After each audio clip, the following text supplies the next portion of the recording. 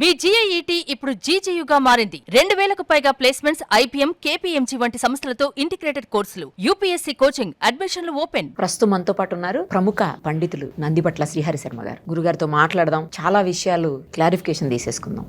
గురుగారు నమస్తే అండి. వాగర్థ వివ సంపృక్తౌ వాగర్థ ప్రతిపత్తయే జగతః పితరౌ వందే పార్వతీ పరమేశ్వరౌ ఆదిత్యాయ చ సోమాయ మంగళాయ బుధాయ చ గురు శుక్ర శనిభ్యశ్చరాహవే కేతవే నమః. శృంగేరి జగద్గురు పీఠాధిపతులకి, కంచి పీఠాధిపతులకి నమస్కారములు తెలియచేసుకుంటూ కార్యక్రమాన్ని ప్రారంభిద్దాం. రాఖీ పౌర్ణమి మనకు తెలుసు 28వ తారీఖు అని అంటున్నారు కొంతమంది. కాదు 27 నుంచే వస్తుంది కాబట్టి 28 పొద్దున్నతోటి అయిపోతుంది కాబట్టి 27 రాఖీ పండుగ అని కొందరు అంటున్నారు. అసలు ఎప్పుడు రాఖీ పండుగ? ఒకవేళ 27 అయినా 28 అయినా ఏ డేట్ అయినా సరే ఏ సమయంలో రాఖీ కడితే సోదరులకు మంచిది? ఇక్కడ గమనించాల్సినటువంటి అంశం ఏంటంటే 27వ తారీఖు రోజున భద్రాకరణం అనేటువంటిది ఉందమ్మా సంబంధించి. తరువాత సూర్యోదయం అయిపోయిన 2 లగ్నాల తరువాత పౌర్ణమి ప్రవేశిస్తుంది. అంటే ఉదాహరణకి మనకు 9 గంటల చిల్లర ప్రాంతానికి పౌర్ణమి ప్రవేశిస్తుంది 27వ తారీఖు రోజున. 28వ తారీఖు రోజున ఉదయం 9 గంటల 45 నిమిషాల వరకు ఉంటుంది. కాబట్టి రక్షాబంధనము అనేటువంటి కార్యక్రమం, రాఖీ పౌర్ణమి, జంధ్యాల పౌర్ణమి అంటే బ్రాహ్మణులు, యజ్ఞోపవీత ధారణ అర్హత ఉన్నటువంటి వైశ్యులు, క్షత్రియులు, పద్మశాలి, అలాగే విశ్వబ్రాహ్మణులు, చాలామందికి ఇప్పుడు యజ్ఞోపవీత లింగాయతులు, వీళ్ళందరికీ కూడాను జంధ్యము మార్చుకోవాల్సినటువంటి రోజు 28వ తారీఖు రోజునే. 27వ తారీఖు రోజున రాఖీ కాదమ్మా. పౌర్ణమి ఉన్నప్పటికీ కూడా 28వ తారీఖు రోజున మాత్రమే రాఖీ పౌర్ణమి పండుగ అనేటువంటిది జరుపుకోవాలి. అయితే ఈ రాఖీ పౌర్ణమి పండుగ జరుపుకునే విధానము కూడా మనకు శాస్త్రంలో చెప్పబడి ఉంది. అంటే ఇక్కడ అర్థం చేసుకోవాల్సినటువంటిది రక్షాబంధనము అంటే ఒక స్త్రీ ఒక పురుషుడికి రక్ష కడుతుంది అని అంటే దాని అర్థము జీవితాంతము నన్ను కాపాడు లేదా నన్ను రక్షించు అనే ఉద్దేశమే కదమ్మా. ఒక సోదరుడు ప్రేమ ఎల్లప్పుడూ నాకు ఉండాలని చూపించేటువంటి విధానంలో 2 విశిష్టమైనటువంటి పండుగలు మనకు ఉన్నాయి. ఇది కాలక్రమేణా రక్షాబంధనం అనేటువంటిది సోదర సోదరిమణులకి ఈ జంధ్యాల పౌర్ణమి, శ్రావణ పౌర్ణమి అలవాటు చేశారు. పూర్వకాలంలో ఇది లేదు. మనకు ఉన్నటువంటిది ఎప్పుడు సోదర సోదరీమణుల మధ్య ఉన్నటువంటి ప్రేమ అనుబంధాన్ని సూచించేటువంటిది కార్తీక పౌర్ణ మాసంలో వచ్చేటువంటి ద్వితీయ రోజు, యమద్వితీయ అని అంటారు. యమున దగ్గరికి సోదరుడైనటువంటి యముడు వచ్చి ఆతిథ్యం స్వీకరించాడు. అందుకని చెల్లెలి ఆతిథ్యం స్వీకరించాడు కాబట్టి ఆ రోజు నుంచి ఎవరైతే సోదరుడికి అన్నం మన భోజనం అనేటువంటిది సోదరి గృహానికి వెళ్ళి తీసుకుంటారో అటువంటి సోదరుడికి సంవత్సరం వరకు కూడా తిరిగి వచ్చే యమద్వితీయ వరకు కూడా ఈ సంబంధించినటువంటి మృత్యు భయాలు ఉండవని వరం ఇచ్చాడు. అందుకనే సోదరీమణులు అక్కైనా చెల్లైనా తమ్ముళ్ళని అన్నయ్యల్ని ఇంటికి పిలిపిస్తారు, భోజనం పెడతారు. నా అన్న బాగుండాలి, అన్న బాగుంటే మేనమామ బాగుంటే తనకు పుట్టే పిల్లలు బాగుంటారు. మేనమామకి పిల్లలకి అనుబంధాన్ని సూచించేటువంటిది. ఇలా దీన్ని దృష్టిలో పెట్టుకొని ఉన్నటువంటిది. పురుషోత్తముడితో అలెగ్జాండర్ యుద్ధం చేసేటువంటి సందర్భంలో ఆ యొక్క సోదరిగా భావన చేసుకుని పురుషోత్తముడికి రాఖీ కట్టింది, నా భర్తని రక్షించే యుద్ధంలో అని చెప్పి.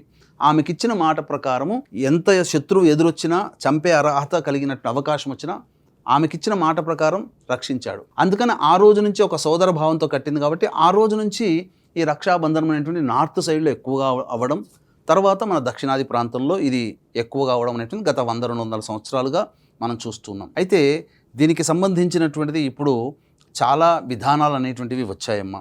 కాకపోతే సశాస్త్రీయమైనటువంటి విధానానికి రక్షాబంధనం అనేటువంటిది ఏంటి అని అంటే చాలామంది మామూలుగా సాధారణంగా సోదరుని దగ్గరికి వెళ్ళి ప్రేమతో కడితే సరిపోతుంది. కానీ ప్రతిదానికి ఒక శాస్త్రీయమైన విధానం ఉంది. కాబట్టి ముందుగా సోదరి ఇంటికి వెళ్ళి ఆమెని సంతోషపెట్టేటువంటి బహుమతులు ఇక్కడ సోదరుడు తీసుకోవాలి. తీసుకొని సోదరి ఇంటికి వెళ్ళాలి.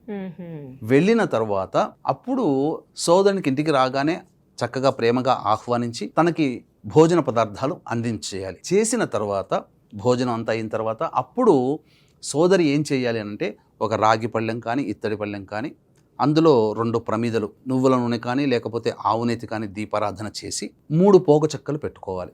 అంటే ఒక్కలు పెట్టుకొని అలాగే బెల్లము, ఆవు పాలు, బియ్యపిండి ఈ 3 కలిసినటువంటి ముద్దలు కూడా 3 పెట్టుకోవాలి. పెట్టుకున్న తర్వాత అప్పుడు సోదరుడు తూర్పు వైపున కూర్చోవాలి. తూర్పు వైపు ఫేస్ పెట్టాలి.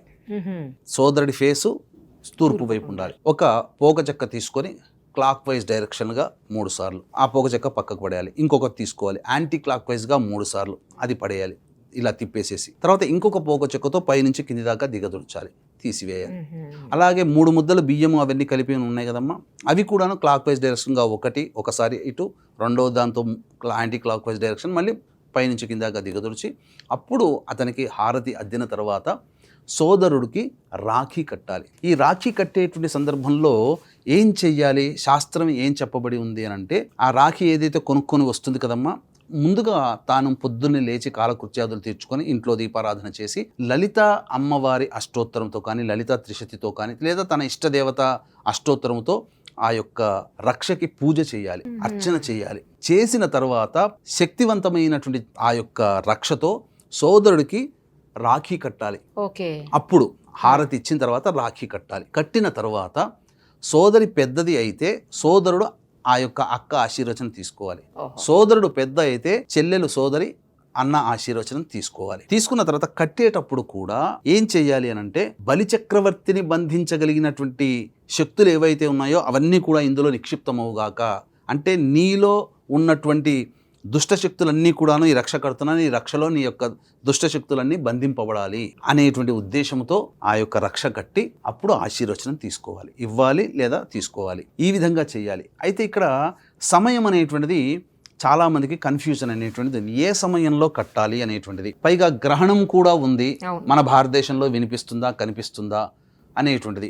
మన భారతదేశంలో ఈ యొక్క గ్రహణం అనేటువంటిది కనిపించడం లేదు. కనిపించని గ్రహణానికి ఎటువంటి ఆచారాలు నియమాలు పాటించాల్సిన అవసరం లేదు. నిరభ్యంతరంగా 28వ తారీఖు రోజున మనము చక్కగా రక్షాబంధనం అనేటువంటిది కార్యక్రమం చక్కగా మహిళలందరూ కూడా సోదరులకి చేసుకోవచ్చును. ఇక అందులో ఏమాత్రము కూడా ఇబ్బంది పడాల్సిన అవసరం లేదు. విదేశాలలో ముఖ్యంగా అమెరికా లాంటి నివసిస్తున్న మన భారతీయులు, అమెరికా, యూరప్ ఖండము, అలాగే సౌత్ ఆఫ్రికాలో ఈ యొక్క గ్రహణ ప్రభావం ఏర్పడుతుంది కాబట్టి సంబంధించినటువంటిది ఏ సమయంలో అక్కడున్న వాళ్ళు ఏ సమయంలో చేయాలి అనేటువంటి ఆలోచన కూడా వస్తుంది. 11:27వ తారీఖు రోజున వాళ్ళు గ్రహణం వాళ్ళకు వస్తుంది కాబట్టి వాళ్ళు ఆలోచించాలి ఏ సమయంలో కట్టాలి అనేటువంటిది. 11 గంటల అంటే అమెరికా కాలమాన ప్రకారము 11:58 ఈ సంబంధించినటువంటి భద్రా తిథి ఉంది. ఇది అమెరికా కాలమానానికి మనం చెప్పుకుంటున్నామమ్మా 11:58 వరకు. కాబట్టి 12 గంటల నుంచి 1 గంట మధ్య కాలంలో అపరాహ్న సమయము అభిజిత్ లగ్న సమయం అది. ఆ సమయంలో అమెరికాలో నివసిస్తున్నటువంటి భారతీయులు ఎవరైతే ఉన్నారో వాళ్ళు రక్షాబంధన కార్యక్రమం అప్పుడు చేసుకోవాలి. అది సబబు. శ్రాద్ధాది గ్రహణం ఉంది కదా, రాత్రి 10 గంటలకు వస్తుంది, 27వ తారీఖు రాత్రి 10 గంటలకి వాళ్ళకు వస్తుంది. కాబట్టి శ్రాద్ధాది కార్యక్రమాలు చేసుకోవాలంటే నిరభ్యంతరంగా 2 గంటల లోపల శ్రాద్ధాది కార్యక్రమాలు జరిపించుకోవాలి. ఎందుకంటే 7 గంటలు వ్యవధి అనేటువంటిది ఉండాలి గ్రహణానికంటే ముందు. గ్రహణ శూల ప్రారంభమవుతుంది కాబట్టి 2 గంటలు లేదా 1 గంట లోపల శ్రాద్ధాది కార్యక్రమాలు అక్కడ ఉన్నటువంటి భారతీయులు ఆ రోజున తల్లిదండ్రులకు చేయాల్సి వస్తే అవి చేసేసుకోవడం. రాఖీ పౌర్ణమి 12:01 మధ్యాహ్న సమయంలో రాఖీ రక్షాబంధనం అక్కడ సోదరులకి కట్టడం అనేటువంటిది చేసుకోవాలి. కాకపోతే అక్కడ గ్రహణం ఏర్పడుతుంది కాబట్టి ఏ సమయంలో ఏర్పడుతుంది అనేటువంటిది తర్వాత మనం చర్చించుకుందాం. ఈ యొక్క అమెరికాకు సంబంధించినటువంటిది ఇక్కడ గ్రహణం అనేటువంటిది మనకు లేదు కాబట్టి సమయం అనేటువంటిది చేసుకోవాలి. ఏ సమయంలో చేసుకోవాలో కూడా తెలియజేస్తాను. అయితే ఇక్కడ ప్రధానంగా శతభిష నక్షత్రము కుంభరాశిలో ఏర్పడుతున్నటువంటి గ్రహణ ప్రభావము వృషభ, మిథున, కర్కాటక, సింహ, తుల, వృశ్చిక, మకర, కుంభ, మీన రాశిలో జన్మించినటువంటి వారికి ఉంటుందమ్మా. కాబట్టి ప్రపంచవ్యాప్తంగా ప్రపంచానికి ఒకటే సూర్యుడు ఒకటే చంద్రుడు. కాబట్టి ఈ యొక్క రాశిలో జన్మించినటువంటి వాళ్ళకి మాత్రం కొన్ని ఇబ్బందికర పరిస్థితులు ఉంటాయి తప్ప భయపడాల్సినటువంటి అవసరం లేదు. నష్టము కొద్దిగా ఉన్నప్పుడు కొద్దిగా ఎక్కువ నష్టము, మాటలు పడడం కొద్దిమందితో 2 అన్నప్పుడు 5-6 మందితో పడడం, సమస్యలు 2-3 సమస్యలు ఉంటే 4-5 సమస్యలు పెరగడం తప్ప జీవితం తలకిందులు అవ్వదు. అందుకని దీన్ని దృష్టిలో పెట్టుకుని ఈ చెప్పిన రాశిలో జన్మించినటువంటి వారికి గ్రహణ దోష నివారణార్థమై అరుణాచల క్షేత్రంలో 28వ తారీఖు రోజున సాయంకాలం 7 గంటలకి ఈ గ్రహణ దోష నివారణ పూజలు, హోమాలు, జాతకరీత్యా కలుగు అన్ని రకాల సమస్యలకి సర్వదోష నివారణ పూజలు, హోమాలు, శనిదోష నివారణ పూజలు అనేటువంటివి సాయంకాలం 7 గంటలకి ప్రారంభమవుతాయి 28వ తారీఖు రోజున. అవకాశం ఉన్నటువంటి వాళ్ళు 7 గంటల లోపల స్క్రీన్పై కనిపిస్తున్న నెంబర్కి కాంటాక్ట్ చేసి గోత్రనామాదులు నమోదు చేసుకోవచ్చు.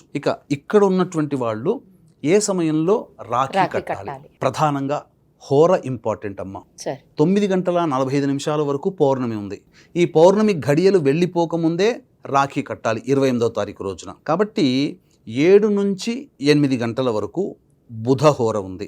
8 నుంచి 9 గంటల వరకు చంద్రహోర ఉంది. 9 నుంచి 10 గంటల వరకు శనిహోర ఉంటుంది. కాబట్టి శనిహోరలో మనం కట్టకూడదు. ఇక ఉన్నదల్లా కూడా 7 నుంచి 8 కానీ 8 నుంచి 9 కానీ ఈ 2 గంటల లోపల. అయితే వచ్చిన సమస్య ఏంటంటే 8 గంటల 32 నిమిషాల నుంచి 9 గంటల 25 నిమిషాల వరకు శుక్రవారం కాబట్టి దుర్ముహూర్తం ఉంటుంది అప్పుడు. కాబట్టి 7 గంటల 30 నిమిషాల నుంచి 8 గంటల 30 నిమిషాల మధ్య కాలంలో ఏ సమయంలోనైనా కానీ ఇంతకుముందు మనం సోదరుడికి రాఖీ కట్టే విధానం ఏదైతుందో ఆ విధానాన్ని అనుసరించి ఆ 7:30 నుంచి 8:30 గంట మధ్య కాలంలో రాఖీ కట్టుకుంటే, 7:30 నుంచి 8 లోపల కట్టుకుంటే బుధహోరలో కడతాం, అది శుభమైనటువంటి హోరే.